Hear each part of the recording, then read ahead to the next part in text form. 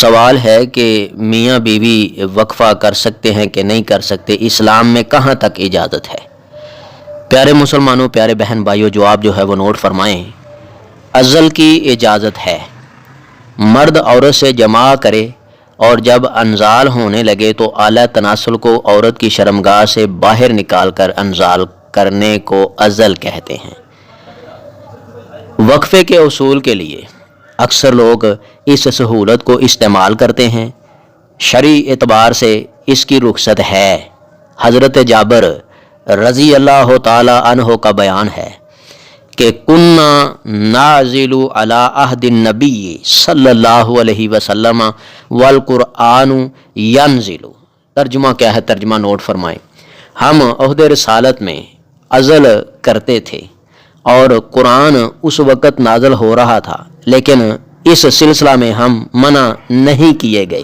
کیا معنی؟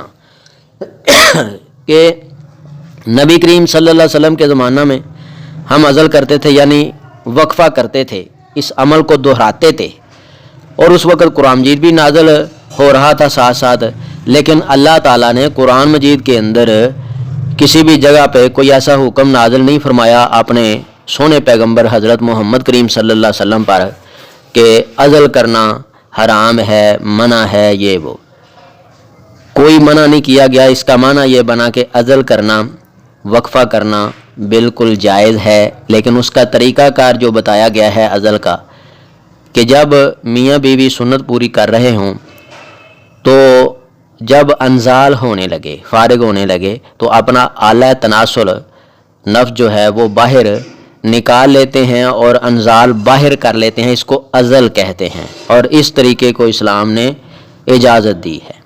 یہ روایت جو ہے بخاری شریف کے اندر ہے اور ابو داؤد کے اندر موجود ہے۔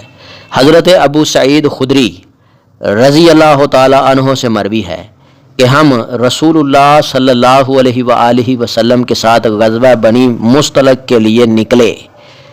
اس غزوے میں ہمیں عورتوں کی خواہش ہوئی اور عورتوں سے الگ رہنا ہمارے لیے بہت مشکل ہو گیا۔ ہم نے کہا کہ ازل کریں۔ جب رسول اللہ صلی اللہ علیہ وآلہ وسلم سے اس کے متعلق سوال کیا گیا تو آپ صلی اللہ علیہ وسلم نے فرمایا ما علیکم اللہ تفعلوا ما من نسمۃ کائنۃ الی یوم القیامۃ الا وہی کائنۃ۔ اس میں کوئی قباحت نہیں۔ رسول اللہ صلی اللہ علیہ وسلم نے کیا فرمایا؟ اس میں کوئی قباحت نہیں، لیکن جن روحوں کی بھی قیامت تک کے لیے پیدائش مقدر ہو چکی ہے وہ تو ضرور پیدا ہو کر رہیں گی۔ یہ روایت مسلم شریف میں موجود ہے۔ یعنی اس حدیث سے یہ پتہ لگتا ہے کہ نبی رحمہ حضرت محمد کریم صلی اللہ علیہ وسلم فرمایا یہ جو وقفے کا طریقہ اسلامی طریقہ ہے، ازل جس کو کہتے ہیں، یہ اگر کرے تو کوئی قباحت نہیں ہے، اجازت ہے۔ حضرت ابو سعید خدری رضی اللہ تعالی عنہ کی ایک حدیث میں ہے کہ ایک آدمی نے عرض کیا اے اللہ کے رسول صلی اللہ علیہ وسلم، میری ایک لونڈی ہے اور میں اس سے ازل کرتا ہوں اور مجھے ناپسند ہے کہ وہ حاملہ ہو، اور میں بھی وہی چاہتا ہوں جو مرد چاہتے ہیں، جبکہ یہودی کہتے ہیں کہ ازل چھوٹا زندہ درگور کرنا ہے، یعنی یہودی اس معاملے کو گناہ سمجھتے ہیں۔ تو آپ صلی اللہ علیہ وسلم نے اس پر کیا فرمایا؟